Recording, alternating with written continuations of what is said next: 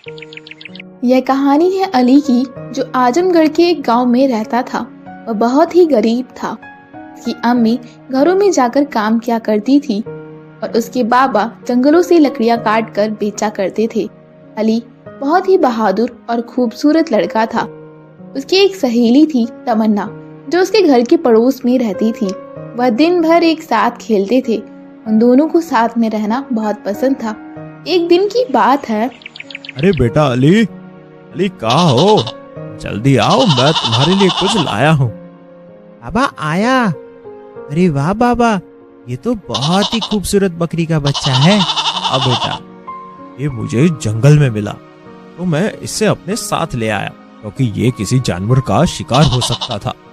ठीक कहा बाबा, आपसे तो मैं बहुत दिनों से एक बकरी के बच्चे की ख्वाहिश रखता हूँ, लेकिन घर की तंगस्ती को देखकर मैं कुछ नहीं कह पाता था।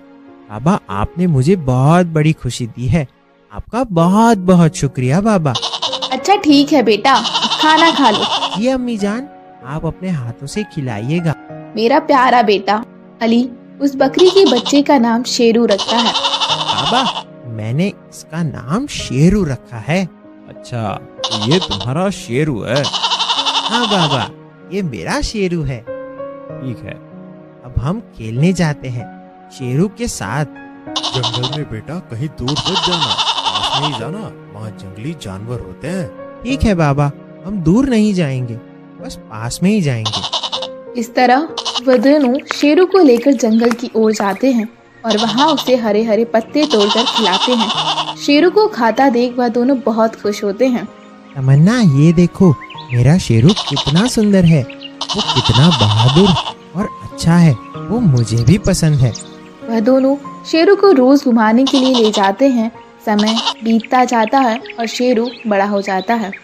बाबा देखो, मेरा शेरू कितना बड़ा हो गया है, लेकिन मैं तो इतना का उतना ही हूँ। मैं बड़ा क्यों नहीं हुआ? बेटा, जानवर जल्दी बड़े हो जाते हैं। बाबा, अब तो मैं इसके ऊपर बैठकर भी घूम सकता हूँ। शेरू अब तुम्हारी सवारी बन चुका है। देखो शेरू, हमें गिराना नहीं।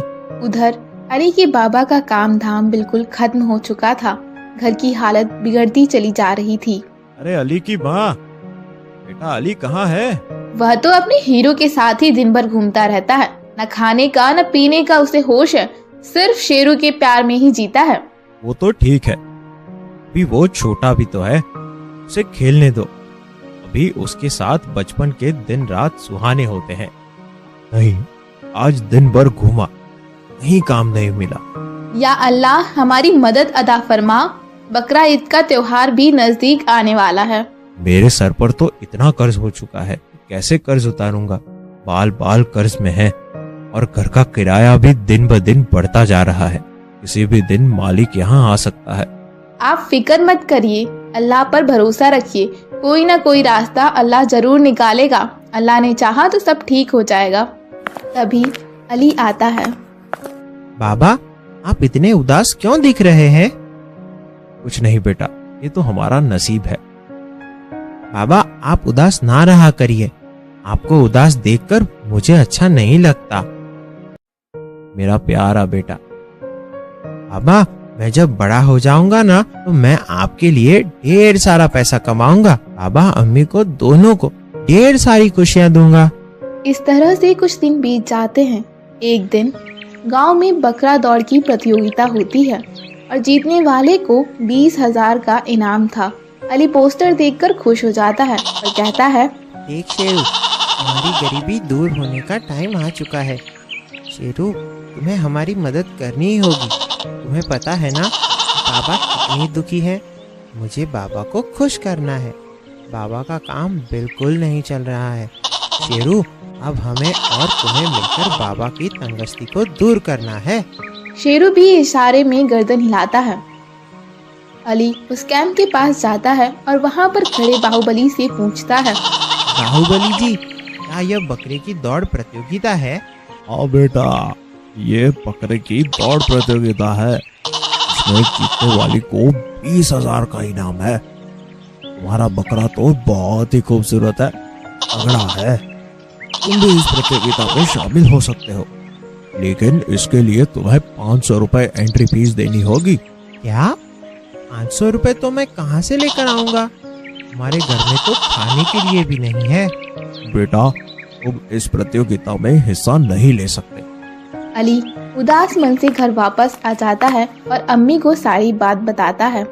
बेटा, तुम उदास मत हो, मैं तुम्हारे लिए कुछ ना कुछ करती हूँ। यह लो बेटा, मेरे कंगन तुम्हारी दादी ने मुझे शादी के वक्त दिए थे, इन्हें बेच देना।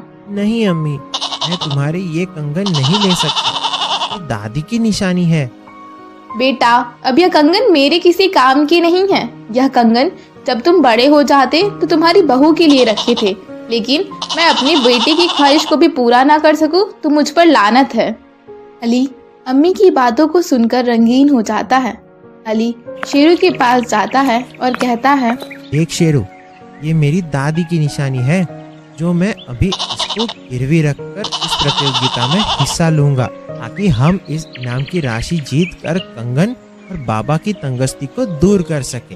अगले दिन अली उस कैंप के पास जाता है और बाहुबली से कहता है, एंट्री कर दीजिए मेरी भी, इस दौड़ में हिस्सा ले रहा हूँ।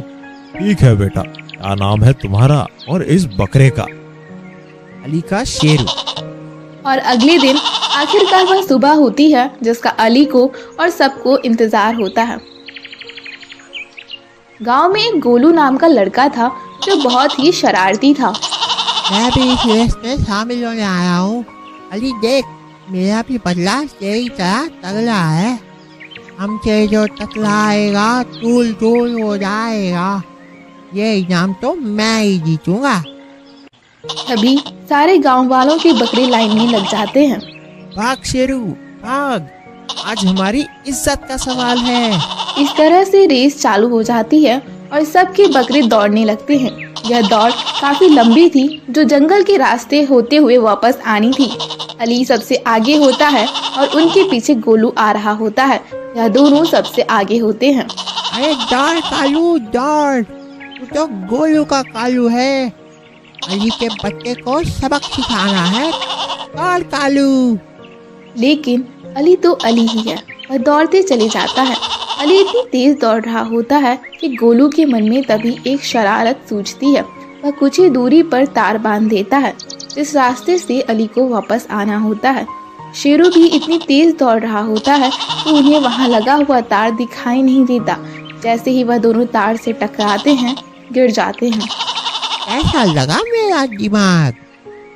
तो ये सब तुम्हारा कराया था?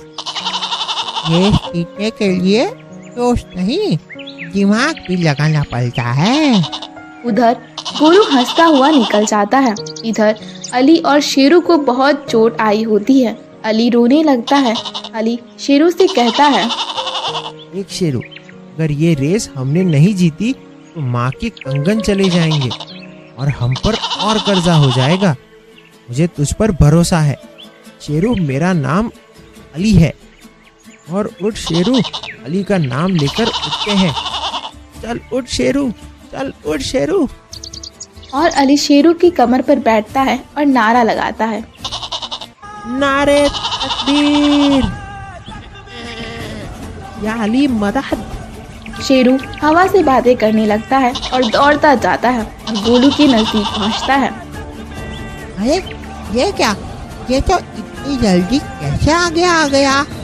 ये तो वाकई में अली निकला भाई, इसे अब कोई नहीं हरा सकता। अली दौड़ता जाता है और रेस पॉइंट की रिबन की रेड लाइन को प्राप्त कर जाता है। इस तरह से अली उस रेस को जीत जाता है। उसकी अम्मी अब्बू बहुत खुश होते हैं। बेटा अली, तुमने यह कारनामा करके दिखा दिया। शेरू को इतनी चोटें लगने के बावजूद भी तुम लोग रुके नहीं, जीत गए। अल्लाह ने तुम्हारा साथ दिया। देखो बाबा, मैंने कहा था ना, अल्लाह हमारे साथ है तो हम किसी भी जंग को जीत सकते हैं। ठीक कहा बेटा, अल्लाह कोशिश और हिम्मत करने वालों के साथ है। ठीक कहा भाई, मुझे माफ कर लेना। अल्लाह की रहमत से मेरी भी आंखें खुल गई है। अभी किसी के लिए बुरा नहीं सोचूंगा, ना ही बुरा करूंगा। मुझे माफ कर लेना मेरे भाई। इस तरह गोलू को इनाम के लिए स्टेज पर बुलाया जाता है। ये लो बेटा, तुम्हारे इनाम के पैसे। तुम बहुत बहादुर हो। तुम्हारा शेरू भी बहुत बहादुर है। जी शुक्रिया। इस तरह सभी लोग बहुत खुश होते हैं। अली को इनाम के पैसे वापस मिल जाते हैं और कंगन वापस लाकर वह अपनी अम्मी जान को वापस कर देता है। ये लो अम्मी जान, आपके कंगन मेरी दादी की निशानी थी, तो मैं इसे कैसे जाने देता।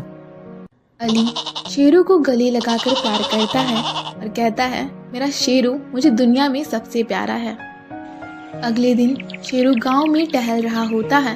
तभी कुछ चोरों की नजर शेरू पर जाती है। अरे मिठीलाल, ये बकरा तो बहुत ही मोटा ताजा है। बकरा ईद आने वाली है, इसे बेच कर तो हमें बहुत सारे पैसे मिलेंगे। सही कहा दुनिया। वह दोनों रात होने का इंतजार कर रहे होते हैं। तभी वे शेरू के पास जाते हैं और उसकी रस्सी पकड़कर खींचने लगते हैं। उनको क्या पता था कि यह कोई आम बकरा नहीं था। ये खींच दुनिया खींच, ये चल क्यों नहीं रहा है? अरे अपने पिछवाड़े से आवाज ना निकाल भाई। अरे भाई ये खींच ही नहीं रहा है, इतना मोटा है, हमसे तो खींच भी नहीं रहा है। शेरू धनिया के पिछवाड़े पर सींग मारता है अरे माँ, मर गया रे। और जोरों से चिल्लाने लगता है। चीखने की आवाज सुनकर घर के सभी लोगों की आंख खुल जाती है और अली दौड़ता हुआ आता है। वो तुम लोग मेरा शेरू चुराने आए थे? ये बकरा नहीं, मेरा भाई जैसा है, तुम्हारे लिए अकेला ही काफी है। तभी वह दोनों दुम दबाकर भाग जाते हैं। बकरा ईद का त्योहार नजदीक आ जाता है। अली के बाबा अली से कहते हैं, बेटा अली, ईद आ गई है। हाँ बाबा, मैं जानता हूँ आप मुझसे क्या कहना चाहते हो। अली और बाबा दोनों की आंखों में आंसू आने लगते हैं। इतने में अम्मी भी आ जाती हैं और वह दोनों की बातें सुनकर गमगीन हो जाती हैं। बेटा, हमें अब उस शेरू को अल्लाह की राह में कुर्बान करना होगा। नहीं बाबा, नहीं, मैं शेरू के बिना कैसे जीऊंगा। मैं जानता हूँ मेरे बच्चे, ये तुम्हें सबसे अजीज है। देखो ना अम्मी, बाबा मुझसे क्या मांग रहे हैं, जिसके बिना मैं जी नहीं सकता, वो चीज बाबा मुझसे मांग रहे हैं। बेटा अली, सब्र रखो, क्योंकि मरने के बाद यह तुम्हें अल्लाह के घर वापस दे दिया जाएगा। अल्लाह की राह में हम जो भी चीज़ कुर्बान करते हैं, अल्लाह हमें वो वापस अदा कर देते हैं। जो चीज़ हमारे दिल से जुड़ी होती है, प्यारी और सबसे अजीज होती है, उसे अल्लाह हमें वापस कर देता है। और यह तो तुम्हारे लिए खुशनसीबी होगी कि बेटा तुम अपनी सबसे प्यारी चीज़ अल्लाह की राह में कुर्बान कर रहे हो। अल्लाह तुम्हें सब्र देगा और कामयाबी अता फरमाएगा। तुम मेरे बच्चे गमगीन ना हो। अम्मी जान, कैसे गमगीन ना हो? मैं समझ सकती हूँ तुम्हारा दर्द बेटा। तभी तीनों मिलकर लिपट कर रोने लगते हैं और अली को दिलासा देते हैं। उधर शेरू की भी आंखों में आंसू आ जाते हैं। तभी अली शेरू से भी लिपट कर रोने लगता है। या अल्लाह, हमें सब्र अता फरमा और हमारी कुर्बानी को जायज मकाम देना। हमसे जो भूल चूक हुई हो, हमें उसे माफ अता फरमाना। बाहर दरवाजे पर खड़ा कसाई आवाज देता है, अली के बाबा, आ जाइए, शेरू को लेकर, इसे हमें अल्लाह की राह में कुर्बान करना है। शेरू हम अल्लाह के घर पर मिलेंगे, तुम मेरा इंतजार करना। सब लोग हाथ उठाकर दुआ करते हैं शेरू के लिए, हमारी कुर्बानी को अता फरमा। इस तरह शेरू को अल्लाह की राह में कुर्बान कर दिया जाता है। यह कहानी है आजमगढ़ में रहने वाली रेशमा की, जो बहुत ही गरीब थी, जो लोगों के घरों में काम करके अपना गुजर बसर किया करती थी। उसके 2 बच्चे थे, नाजिम और बेटी इल्मा। और कुछ दिनों में रमजान का महीना आने वाला था। भाई, इस बार रमजान के महीने में हमें फ्रूट खाने को मिलेंगे या नहीं? पता नहीं। क्या इस बार भी हम फ्रूट नहीं खा पाएंगे? सेठ जी के घर मैंने देखा है, कितने बढ़िया बढ़िया फल फ्रूट, बिरयानी, शिकंजी और कई तरह के शरबत होते हैं। उन्हें देखकर मेरा भी मन बहुत ललचाता है। भाई, पर हम क्या करें, हम गरीब है ना, ये सब हमारी औकात के बाहर है। इतने में अम्मी जान आ जाती हैं। क्या हुआ मेरे बच्चों, आप दोनों उदास क्यों हो? अम्मी जान, रमजान का मुबारक महीना आने वाला है। हाँ तो रमजान में फल, फ्रूट, शरबत, शिकंजी देखकर हमारा भी मन ललचाता है अम्मी। अच्छा, तो यह सब सोचकर तुम उदास हो? हाँ अम्मी जान, हम यह सब कब खाएंगे? मेरे बच्चों उदास ना हो, अगर तुम्हारे अब्बू जिंदा होते तो हमें यह दिन नहीं देखने को मिलते। मैं कुछ ना कुछ इंतजाम जरूर करूंगी। अगले दिन रेशमा काम कर रही होती है कि तभी रोजा खोलने का टाइम हो जाता है। सेठ जी के घर अच्छे अच्छे पकवान, फल, फ्रूट, बिरयानी, शिकंजी, शरबत को देखकर रेशमा की आंखें भर आती हैं और वह हाथ उठाकर अल्लाह से दुआ करती है, या मेरे अल्लाह, मेरे बच्चों के लिए भी कुछ अता फरमा दे। मैं इतना नहीं कमा पाती कि अपने बच्चों के लिए फल फ्रूट का इंतजाम कर सकूं। सेठ जी, मुझे अपने बच्चों के लिए कुछ फल फ्रूट लेने हैं, क्या मुझे पैसे मिल सकते हैं एडवांस में? रमजान का महीना चल रहा है। तुम गरीब सिर्फ पानी पीकर ही रोजा रखो, तुम्हारे बस का कुछ नहीं है। फल फ्रूट बिरयानी तुम्हारी औकात से बाहर है, इसके बारे में कभी सोचना भी मत। सेठ जी ऐसे ना कहिए, अल्लाह के यहाँ देर है अंधेर नहीं। अल्लाह ने आपको दिया है तो आप इस तरह से घमंड नहीं कर सकते। ठीक है, मुझे घमंड है ना, तो कल से तुम्हें काम पर आने की कोई जरूरत नहीं। जाओ, निकल जाओ यहाँ से। रेशमा के ऊपर तो दुखों का पहाड़ टूट जाता है। रेशमा की आंखें नम हो जाती हैं। वह घर पहुँचती है, दोनों बच्चों को गले लगा लेती है। बच्चे माँ की आंखों को नम देखकर गमगीन हो जाते हैं। आप रोगी तो हमें भी रोना आएगा। क्या हुआ अम्मी जान? कुछ नहीं बेटा, बस मैंने तुम लोगों के लिए फल फ्रूट मांगे थे सेठ जी से, तो उन्होंने मुझे बहुत बुरा भला कहा और नौकरी से भी निकाल दिया। अम्मी जान ना रोइए, कल से मैं भी कोई काम देखने जाऊंगा। मैं अपनी माँ को रोता हुआ नहीं देख सकता। अभी तुम्हारी उम्र खेलने कूदने की है बेटा, ना कि काम करने की। अम्मी जान आप रोइए मत, अल्लाह ताला कोई न कोई अपना फरिश्ता जरूर भेजेगा जो हमारी मदद कर सके। और रमजान के इस मुबारक महीने में अल्लाह ताला किसी को मायूस नहीं करता, सबके घर अपनी रहमत बरसाता है। तो जरूर हमारे घर भी कभी न कभी अल्लाह ताला रहमत बरसाएंगे। तीनों मिलकर रोने लगते हैं और अल्लाह से दुआ करते हैं कि उनकी तकलीफों को अपनी रहमत से दूर अता फरमाए। अगले दिन नाजिम काम की तलाश में बाहर जाता है। रास्ते में वह देखता है कि एक गाड़ी का एक्सीडेंट हो जाता है और उस कार का आदमी बहुत तड़प रहा होता है। नाजिम उसे उठाकर अपने घर ले आता है। माँ देखो, यह आदमी को कितनी चोट लगी है, गाड़ी का एक्सीडेंट हो गया था। अच्छा बेटा, जल्दी से उन्हें अंदर लेकर आओ। वह आदमी बेहोश था। रेशमा उस आदमी की दिन रात खिदमत करती है। फिर एक हफ्ते बाद उन्हें होश आ जाता है। ये मैं कहाँ आ गया हूँ? ये किसका घर है? ये हमारा घर है। मेरी माँ ने दिन रात आपकी खूब खिदमत की, जिससे आप होश में आ सके, और माँ ने आपकी बहुत सेवा की है। यह सब देखकर वह आदमी बहुत खुश होता है। बेटी, तुम्हारा नाम क्या है? मेरा नाम इल्मा है। मेरी माँ काम की तलाश में रोज बाहर जाती हैं, पर उन्हें कोई काम नहीं मिलता। तो आप लोग रोटी कैसे खाते हो? पड़ोस से मांग कर खा लेते हैं, और अब तो वैसे भी रमजान चल रहे हैं, तो पूरा दिन वैसे ही भूखा रह लेते हैं और शाम को मस्जिद जाकर कुछ न कुछ खाने को मिल जाता है।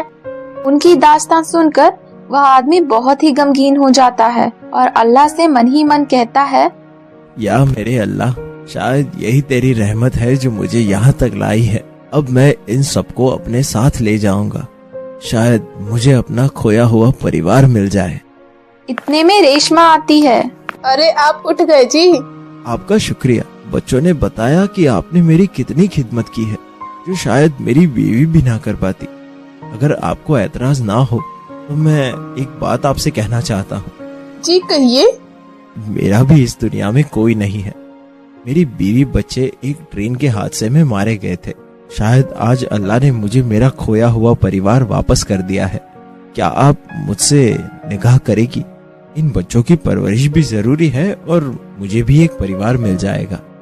यह सुनकर वह सब बहुत खुश हो जाते हैं। तभी वह गाड़ी लेकर आ जाता है।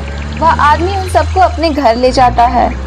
ये घर तो कितना बड़ा है। हाँ, मैंने तुमसे कहा था ना, इस मुबारक महीने में अल्लाह ताला अपना कोई न कोई फरिश्ता जरूर भेजेगा जिससे हमारी गरीबी दूर हो सके।